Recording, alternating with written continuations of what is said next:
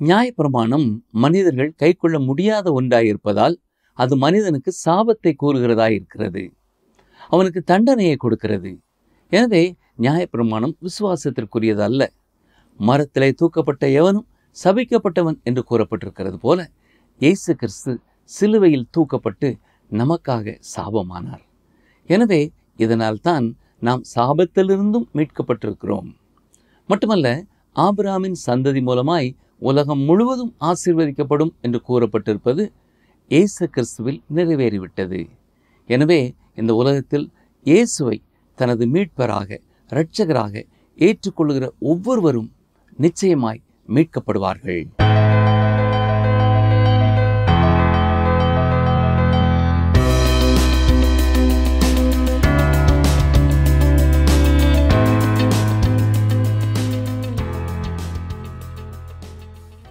கிறிஸ்தவுக்குள் மிகவும் பிரியமான வேத ஆராய்ச்சி நேயர்களை இயேசு கிறிஸ்துவின் இன்ப நாமத்தினாலே வாழ்த்துகிறோம். நாம் கடந்த நிகழ்ச்சியிலே கலாத்தியர் 3 அதிகாரம் 6 முதல் 8 வரை கற்றுக்கொண்டோம். அந்த பாடத்திலே ரட்சிப்பு என்பது நியாய பிரமாணத்தின் கிரியைகளினாலே அல்ல, இயேசு கிறிஸ்துவை விசுவாசிப்பதினாலே மட்டும் கிடைக்கக்கூடிய ஒன்று என்பதை பவுல் விவரமாக எடுத்து கூறியதை கற்றுக்கொண்டோம். மேலும் நியாய பிரமாணம் கொடுக்கப்படும் முன்னதாகவே ஆபிரகாம் தேவனை விசுவாசித்தான். அது அவனுக்கு நீதியாக எண்ணப்பட்டது என்பதையும் கற்றுக்கொண்டோம்.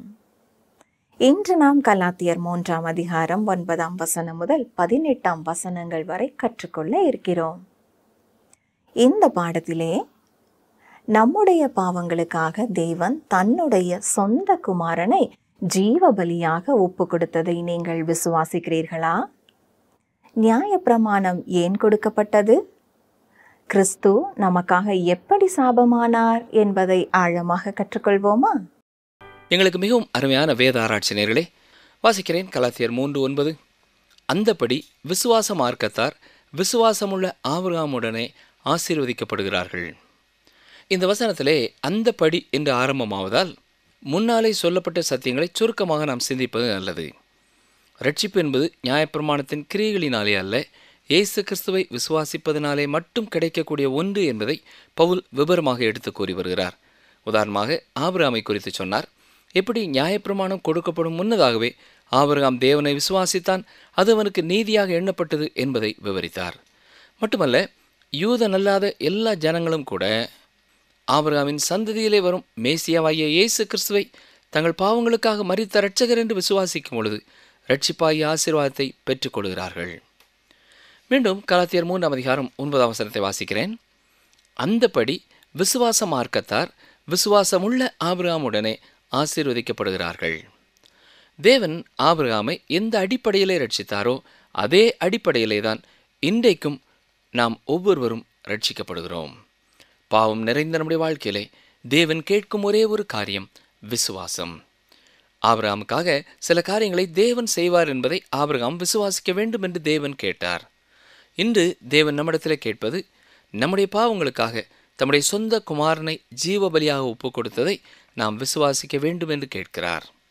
ஒரு மனிதன் ரட்சிக்கப்படுவதற்கு விசுவாசம்தான் மிக மிக அவசியமானது. கலாத்தியர் 3 அதிகாரம் 10 நியாயப்பிரமாணத்தின் கிரியைக்காரராகிய யாவரும் சாபத்துக்குட்பட்டிருக்கிறார்கள். நியாயப்பிரமாண புஸ்தகத்தில் எழுதப்பட்டவைகளை எல்லாம் செய்யத்தக்கதாக அவைகளில் நிலைத்திராதவன் எவனோ அவன் சபிக்கப்பட்டவன் என்று எழுதியிருக்கிறதே. இங்கே முதலாவது முக்கியமாக நாம் பார்க்க வேண்டிய வார்த்தை நிலைத்திராதவன். உங்கள் வாழ்க்கையிலே ஒரு குறிப்பிட்ட நாளிலே ஒரு உச்ச கட்டத்திலே நீங்கள் இருந்ததை உணர்ந்திருக்கலாம். பாடல் பாடிக்கொண்டு மிக மகிழ்ச்சியோடு இருந்திருக்கலாம். அன்று நீங்கள் கர்த்தரோடு கூட எல்லா காரியங்களிலேயும் வாழ்ந்தீர்கள். எந்த ஒரு காரியத்திலேயும் இடரல் இல்லை. அப்பொழுது நீங்கள் சொல்கிறீர்கள், ரொம்ப நல்லது, இவ்வாறு நான் இருந்தபடியினாலே தேவன் என்னை ரட்சித்து விட்டார் என்று சொல்லியிருப்பீர்கள். ஆனால் இந்த வசனம் என்ன சொல்கிறது? நியாயப்பிரமாண புஸ்தகத்தில் எழுதப்பட்டவைகளை எல்லாம் செய்யத்தக்கதாக அவைகளில் நிலைத்திராதவன் எவனோ அவன் சபிக்கப்பட்டவன் என்று எழுதியிருக்கிறது. இது என்ன சொல்கிறது? இரவும் பகலும் ஒவ்வொரு நாளும் 24 மணி நேரங்களும் நியாயப்பிரமாணத்தை நீங்கள் காத்து நடக்கிறீர்களா? 52 வாரங்களும் வார்த்தையிலும் செயலிலும் உங்களால் அப்படி வாழ முடிகிறதா? நீங்கள் ஒரு மனுஷனாக இருப்பீர்கள் என்றால் எந்தோ எதிலோ தவறுகிறீர்கள். எல்லா நேரங்களிலேயும் நீங்கள் உங்கள் உச்சக்கட்ட நிலைமையிலே வாழுகிறதில்லை. பிரியமானவர்களே, அப்படி நீங்கள் தவறும் பொழுது நியாயப்பிரமாணமானது உங்களை சபிக்கிறது, உங்களை குற்றம் சாட்டுகிறது. ஊழியர் ஒருவர் எப்பொழுது பார்த்தாலும் அல்லேலூயா ஸ்தோத்திரம் என்று சொல்லிக்கொண்டே இருப்பார். ஒருவர் அவருடைய மனைவியினிடத்திலே போய், உங்கள் கணவர் எப்பொழுதுமே இப்படித்தான் அல்லேலூயா ஸ்தோத்திரம் என்று சொல்லிக்கொண்டே இருக்கிறார்களா, எப்பொழுதும் உயர்வான நிலைமையிலே இருக்கிறார்களா என்று கேட்டபொழுது, இல்லை, சில வேளைகளிலே அவருடைய வாழ்க்கையிலேயும் தாழ்வான நேரங்கள் உண்டு என்று கூறினார்கள். நம் எல்லாருடைய வாழ்க்கையிலேயும் சில துக்கமான நாட்களும் இருக்கிறது இல்லையா? உங்களை நியாயப்பிரமாணத்திற்கு கீழே வைக்க விரும்புவீர்கள் என்றால் நீங்கள் ஒரு சிறந்த நாளை கடந்து வந்தாலும் அதற்கான பரிசு உங்களுக்கு கொடுக்கப்பட போகிறதில்லை. தமிழ்நாட்டிலே எல்லா சட்டத்திட்டங்களையும் நான் 20 வருடமாக கை கொண்டு வருகிறேன் என்று வைத்துக் கொள்ளுங்கள். பின்னர் அரசு அதிகாரிகள் என்னுடைய வீட்டிலே வந்து எனக்கு பரிசு கொடுப்பார்கள் என்று காத்து உட்கார்ந்து கொண்டே இருந்தால் எனக்கு பரிசு கிடைக்குமா? இல்லை. பெரியமானவர்களே, அப்படி யாருக்கும் அவர்கள் பரிசு கொடுக்கிறதில்லை. 20 ஆண்டு காலமாக எல்லா கட்டளைகளுக்கும் நான் கீழ்ப்படிந்துவிட்டு ஒரு நாள் சாலை விதி ஒன்றை மீறி நான் நடந்தால் அதற்குடைய தண்டனை தான் கொடுக்கப்படுகிறது. எப்பொழுது புரிகிறதா? சட்டமானது உங்களுக்கு வெகுமதி கொடுக்காது, அது உங்களுக்கு ஜீவனை கொடுக்கிறதில்லை. சட்டம் எப்பொழுதுமே உங்களிலே குறைகளை கண்டு உங்களை தண்டிக்கிறதா இருக்கிறது. ஆனால் விசுவாசமானது உங்களுக்காக கொடுப்பதற்கு ஒரு காரியத்தை வைத்திருக்கிறது. அதுதான் ஜீவன், நித்திய ஜீவன். கலாத்தியர் 3:11 நியாயப்பிரமாணத்தினாலே ஒருவனும் தேவனிடத்தில் நீதிமானாகிறதில்லை என்பது வெளியரங்கமாயிருக்கிறது. ஏனெனில் விசுவாசத்தினாலே நீதிமான் பிழைப்பான் என்று எழுதியிருக்கிறதே. விசுவாசத்தினாலே தான் மனிதன் பிழைப்பான் என்று பழைய ஏற்பாடே நமக்கு சொல்லியிருக்கிறது. நியாயப்பிரமாணத்தை கை கொண்டபடியினாலே யாராவது ரட்சிக்கப்பட்டார்கள் என்று கூறப்படவில்லை. மோசேயின் பிரமாணத்தை கை கொண்டபடினாலே ரட்சிக்கப்பட்டார்கள் என்ற எந்த ஒரு சரித்திரத்தையும் நான் பழைய ஏற்பாட்டிலே பார்க்க முடிகிறதில்லை. நீங்கள் அறிந்திருப்பது போல மோசேயின் நியாயப்பிரமாணத்தின் மத்திய பகுதியிலே தான் பலி செலுத்துதல் இருக்கிறது. நியாயப்பிரமாணத்தின் கீழ் தேவன் ஜனங்களுக்கு இரக்கத்தையும் கிருபையையும் கொடுத்தார் என்று மோசே மனமகிழ்ந்தார். இந்த காரணத்தினாலே தான் மோசேயின் முகம் பிரகாசித்தது. ஆபகுக் 2:4 விசுவாசத்தினால் நீதிமான் பிழைப்பான் என்று வாசிக்கிறோம். கலாத்தியர் 3:12 நியாயப்பிரமாணமோ விசுவாசத்திற்குரியதல்ல, அவைகளை செய்கிற மனுஷனே அவைகளால் பிழைப்பான். இதுவும் மிக முக்கியமான ஒரு வசனம். ரட்சிக்கப்படுவதற்கும் நல்வாழ்வு வாழ்வதற்கும் விசுவாசமும் நியாயப்பிரமாணமும் ஒன்றுக்கொன்று எதிர்மறையான கொள்கைகளாய் இருக்கின்றன, ஒன்றை ஒன்று எதிர்க்கிறவைகளாய் இருக்கின்றன. நீங்கள் நியாயப்பிரமாணத்தினாலே வாழப் போகிறீர்கள் என்றால் விசுவாசத்தினாலே நீங்கள் ரட்சிக்கப்பட முடியாது. இரண்டையும் ஒன்றாக சேர்க்கவே முடியாது. அவை ஒன்றுக்கொன்று எதிரானவை. உதாரணம் ஒன்றை சொல்கிறேன், கவனியுங்கள். நீங்கள் தூத்துக்குடியிலிருந்து சென்னை போக வேண்டும் என்று விரும்புகிறீர்கள்.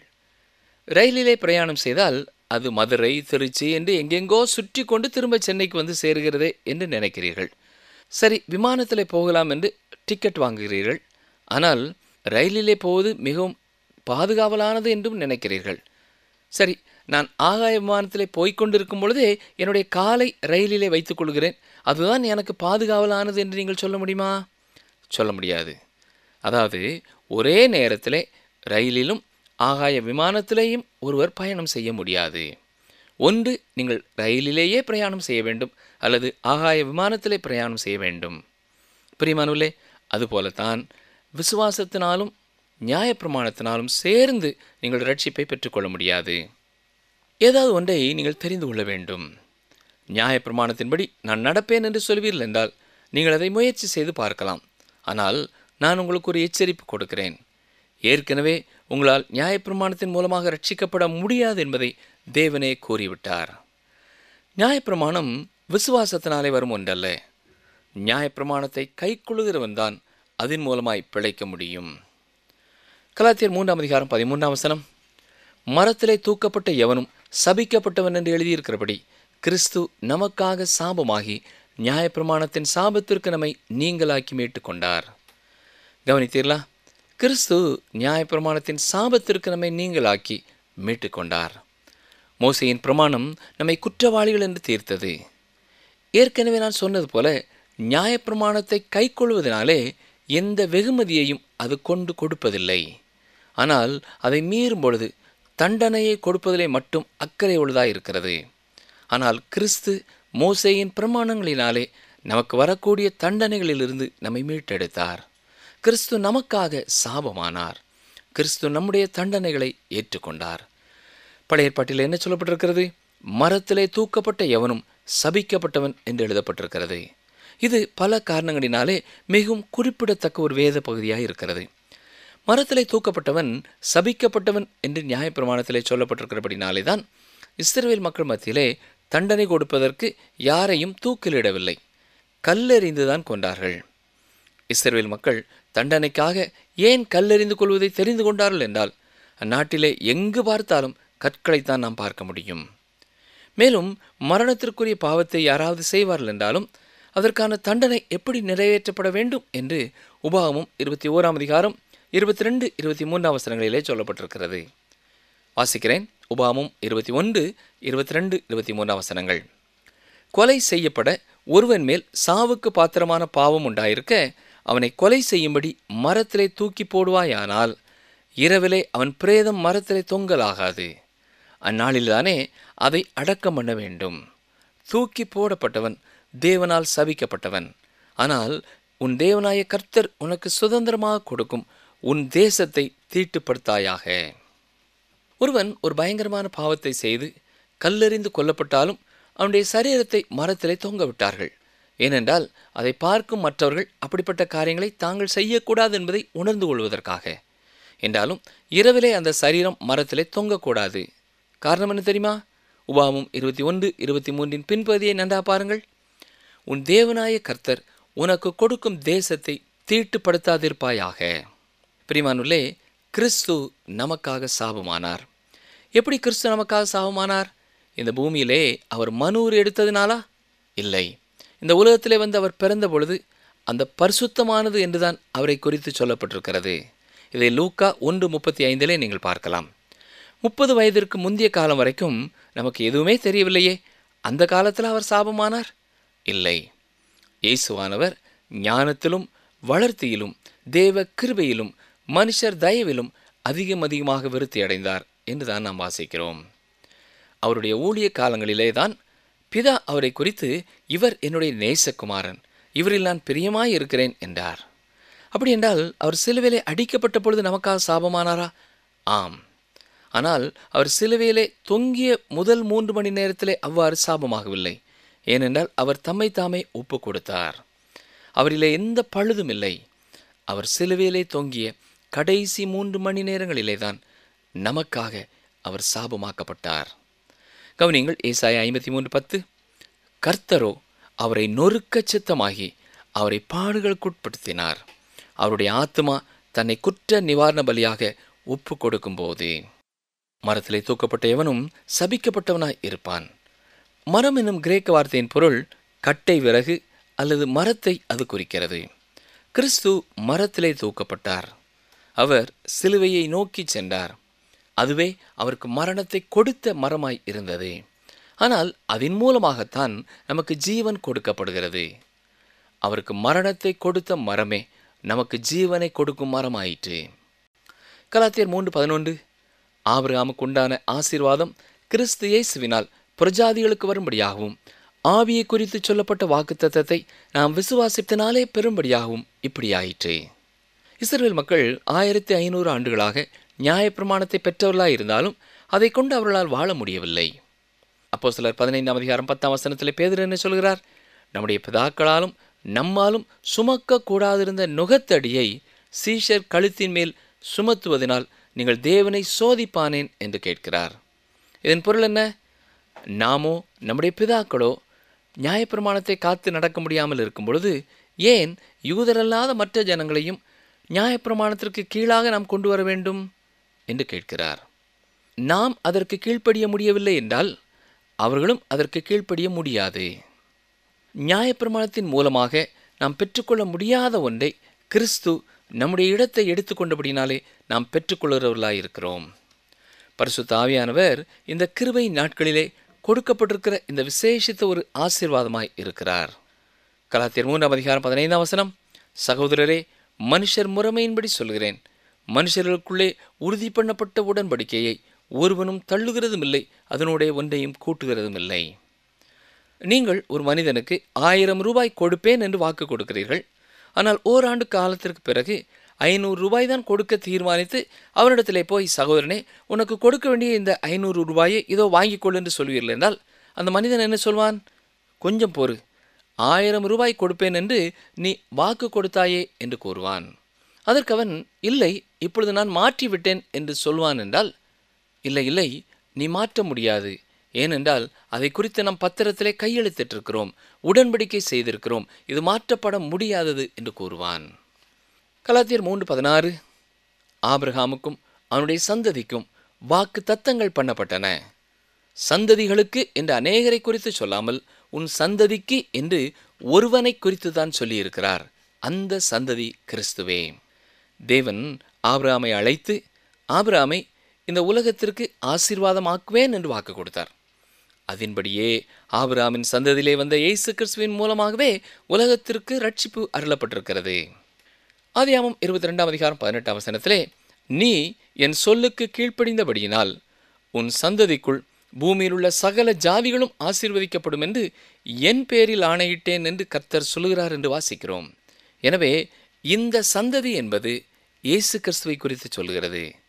எனவேதான் யோவான் 8:56 இயேசு சொல்லும் பொழுது, உங்கள் பிதாவாகிய ஆபிரகாம் என்னுடைய நாளை காண ஆசையாய் இருந்தான், கண்டு களி கூர்ந்தான் என்றார். தொடர்ந்து கலாத்தியர் 3:17 வாசிக்கிறேன். ஆதலால் நான் சொல்லுகிறது என்னவெனில், கிறிஸ்துவை முன்னிட்டு தேவனால் முன் உறுதி பண்ணப்பட்ட உடன்படிக்கையை 430 வருஷத்திற்கு பின்பு உண்டான நியாயப்பிரமாணமானது தள்ளி வாக்குத்தத்தத்தை வியர்த்தமாக்க மாட்டாது. தேவன் ஆபிரகாமோடு கூட ஒரு உடன்படிக்கை செய்தார், ஒரு வாக்கு கொடுத்தார். அதற்கு பின் 430 ஆண்டுகளுக்கு பின்னர் தான் நியாயப்பிரமாணம் கொடுக்கப்பட்டது. என்றாலும் தேவன் ஆபிரகாமுக்கு கொடுத்த வாக்குத்தத்தத்தை இந்த நியாயப்பிரமாணம் மாற்றாது. தேவன் ஒருபொழுதும் தாம் கொடுத்த வாக்கை மாற்ற வேண்டும் என்று எண்ணுகிறவர் அல்ல. இந்த பூமியை நான் உனக்கு தருவேன் என்று தேவன் ஆபிரகாமுக்கு தெளிவாக வாக்கு கொடுத்தார். உனக்கு ஒரு சந்ததியை தருவேன் என்றார். எண்ணிக்கைக்கு அடங்காத சந்ததி உன்னுடைய சந்ததியாய் இருக்கும் என்றார். வானத்து நட்சத்திரங்களைப் போல, கடற்கரை மணலைப் போல அது இருக்கும் என்றார். தேவன் அந்த வாக்கை நிறைவேற்றித்தான் ஆபிரகாம் மூலமாக இஸ்ரவேல் சந்ததியையே உருவாக்கினார். பிரியமானவர்களே, ஆபிரகாம் மூலமாக முழு உலகத்தையும் தேவன் ஆசீர்வதிப்பேன் என்றார். இன்றைக்கும் முழு உலகத்திற்கும் ஆசீர்வாதமான ஒரே ஒரு காரியம் இயேசு கிறிஸ்துவே. இயேசுவை விசுவாசிக்கும் ஒவ்வொருவருக்கும் ரட்சிப்பு கொடுக்கப்படும் என்ற வாக்குத்தத்தத்தை தேவன் கொடுத்தார். அதையே இன்றைக்கும் அவர் நிறைவேற்றி வருகிறார். கலாத்தியர் 3:18 அன்றியும் சுதந்திரமானது நியாயப்பிரமாணத்தினாலே உண்டானால் அது வாக்குத்தத்தத்தினாலே உண்டாயிராது. தேவன் அதை ஆபிரகாமுக்கு வாக்குத்தத்தத்தினாலே அருளி செய்தாரே. கிறிஸ்துவை குறித்து தேவன் கொடுத்த வாக்குத்தத்தம் மோசேயின் பிரமாணங்களுக்கு முன்னதாகவே கொடுக்கப்பட்ட வாக்குத்தத்தம். எனவே நியாயப்பிரமாணம் எந்த வகையிலேயும் தேவனுடைய வாக்குத்தத்தத்தை மாற்றாது. அப்படி என்றால் ஒரு கேள்வி எழும்புகிறது. நியாயப்பிரமாணம் ஏன் கொடுக்கப்பட்டது? அதன் மதிப்புதான் என்ன? இவ்வாறு கூறுவதனாலே நியாயப்பிரமாணத்தை பவுல் அப்போஸ்தலன் குறை கூறுகிறார் என்று எண்ணிவிடாதிருங்கள். அதற்கு மாறாக மக்கள் நியாயப்பிரமாணத்தின் அவசியத்தை குறித்து அறிந்து கொள்ள வேண்டும் என்பதற்காகவே அந்த கேள்வியை எழுப்புகிறார். நியாயப்பிரமாணத்தை அதன் முழு மகிமையோடும் நிறைவோடும் பூரணத்தோடும் காட்டுகிறார். என்றாலும் அந்த பூரணமான நியாயப்பிரமாணத்தை நம்மிலே எவரும் கை கொள்ள முடியாதபடினாலே நாம் தேவனால் ஏற்றுக்கொள்ளப்பட முடியாத ஒரு நிலைமையில இருக்கிறோம் என்பதை பவுல் இதன் மூலமாய் விவரிக்கிறார். நியாயப்பிரமாணத்திற்கான காரணத்தை குறித்து பவுல் கொடுக்கும் விளக்கத்தை அடுத்த நிகழ்ச்சியிலே நாம் சிந்திப்போம். இன்று நாம் கற்றுக்கொண்ட வேத பகுதிகள் நமக்கு உணர்த்திய உண்மைகள் என்ன? நியாயப்பிரமாணம் மனிதர்கள் கை கொள்ள முடியாத ஒன்றாயிருக்கிறபடினாலே அது மனிதனுக்கு சாபத்தை கூறுகிறதா இருக்கிறது, அவனுக்கு தண்டனையையே கொடுக்கிறது. எனவே நியாயப்பிரமாணம் விசுவாசத்திற்குரியதல்ல. மரத்திலே தூக்கப்பட்ட எவனும் சபிக்கப்பட்டவன் என்று கூறியிருப்பது போல இயேசு கிறிஸ்து நமக்காக சிலுவையிலே தூக்கப்பட்டு சாபமானார். இதனால் நாம் சாபத்திலிருந்தும் மீட்கப்பட்டிருக்கிறோம். மட்டுமல்ல, ஆபிரகாமுடைய சந்ததி மூலமாய் உலகத்திலுள்ள சகல ஜனங்களும் ஆசீர்வதிக்கப்படும் என்று சொல்லப்படுவது இயேசு கிறிஸ்துவிலே நிறைவேறிவிட்டது. இயேசு கிறிஸ்துவை நம்முடைய சொந்த இரட்சகராக மீட்பராக விசுவாசிக்கும் இந்த உலகத்திலே பிறந்திருக்கிற ஒவ்வொரு மனிதனும் ஒவ்வொரு மனுஷியும் நித்திய ஜீவனை பெற்றுக்கொள்கிறார்கள். இப்படி இயேசு கிறிஸ்துவை நம் இரட்சகராக விசுவாசிக்கும் பொழுது பரிசுத்த ஆவியானவரை குறித்து சொல்லப்பட்டிருக்கிற வாக்குத்தத்தத்தையும் நாம் விசுவாசத்தினாலேயே பெற்றுக்கொள்கிறோம். அந்த பரிசுத்த ஆவியானவரே இந்த உலகத்திலே நாம் அவருடைய பிள்ளைகளாய் வாழ நம்மை பலப்படுத்துகிறது, நம்மை வழி நடத்துகிறது. இந்த பரிசுத்த ஆவியானவரின் நிறைவை பெற்றவர்களாக, அவருடைய ஆலோசனைக்கு கீழ்ப்படிந்து நடக்கிறவர்களாக வாழ நம்ம அர்ப்பணிப்போமா? ஜெபிப்போம். எங்களை அதிகமாக நேசிக்கிறீங்கள் என்பேன் ஆண்டவரே. பவுல் அப்போஸ்தலன் மூலமாக நியாயப்பிரமாணத்தினாலே மனிதன் ரட்சிக்கப்பட முடியாது என்பதை எங்களுக்கு தெளிவுபடுத்தினதற்காக உமக்கு நன்றி செலுத்துகிறோம். நல்ல காரியங்களை செய்து ஏழை எளிய மக்களுக்கு உதவி செய்து ஊழியங்களுக்கு கொடுப்பதனாலே நாங்கள் நல்லவர்களாய் மாற முடியாது என்பதை எங்களுக்கு மீண்டும் உணர்த்தினீர். நன்றி செலுத்துகிறோம். எங்களுக்காக மரித்த இயேசு கிறிஸ்துவை நாங்கள் ஒவ்வொருவரும் விசுவாசிக்கிறோம் ராஜா. உம்மை விசுவாசிப்பதனாலே எங்களுக்கு பாவ மன்னிப்பு மட்டுமல்ல, மீட்பு மட்டுமல்ல, இந்த உலகத்திலே உம்மிலே நிலைத்து வாழ உம்முடைய தூய ஆவியானவரையும் எங்களுக்கு தருவதற்காக உமக்கு நன்றி செலுத்துகிறோம். இயேசு கிறிஸ்துவை ஏற்றுக்கொள்வதனாலே கிடைக்கிற பரிபூர்ண ஆசீர்வாதத்தை இந்த நிகழ்ச்சியை கேட்டுக்கொண்டிருக்கிற ஒவ்வொருவருக்கும் கொடுத்து அவர்களை ஆசீர்வதிக்க கேட்கிறோம். இயேசு இரட்சகரின் நல்ல நாமத்தினாலே வேண்டிக் கொள்கிறோம் பிதாவே, ஆமேன். அன்பர்களே, இன்று நாம் கற்றுக்கொண்ட சத்தியங்களை சற்றே திரும்பி பார்ப்போமா? சட்டம் எப்பொழுதுமே உங்கள் குறைகளை கண்டு உங்களை தண்டிக்கிறதா இருக்கிறது. ஆனால் விசுவாசம் உங்களுக்காக கொடுப்பதற்கு ஒரு காரியத்தை வைத்திருக்கிறது. அதுதான் நித்திய ஜீவன். இயேசு கிறிஸ்து சிலுவையிலே தொங்கிய முதல் 3 மணி நேரத்திலே சாபமாகவில்லை. ஏனென்றால் அவர் தம்மை தாமே ஒப்பு கொடுத்தார். அவர் சிலுவையிலே தொங்கிய கடைசி 3 மணி நேரங்களிலே தான் நமக்காக அவர் சாபமானார். இயேசு கிறிஸ்து மரத்திலே தூக்கப்பட்டார். அவர் சிலுவையை நோக்கி சென்றார். அதுவே அவருக்கு மரணத்தை கொடுத்த மரமாய் இருந்தது. அதன் மூலமாகத்தான் நமக்கு ஜீவன் கொடுக்கப்படுகிறது. இயேசு கிறிஸ்துவுக்கு மரணத்தை கொடுத்த மரமே நமக்கு ஜீவனை கொடுக்கும் மரமாயிற்று. மீண்டும் அடுத்த நிகழ்ச்சியிலே சந்திப்போம். கர்த்தர் உங்களை ஆசிர்வதிப்பாராக. பொய் உதடுகள் கர்த்தருக்கு அருவருப்பானவைகள், உண்மையாய் நடக்கிறவர்களோ அவருக்கு பிரியம். நீதிமொழிகள் 12:22.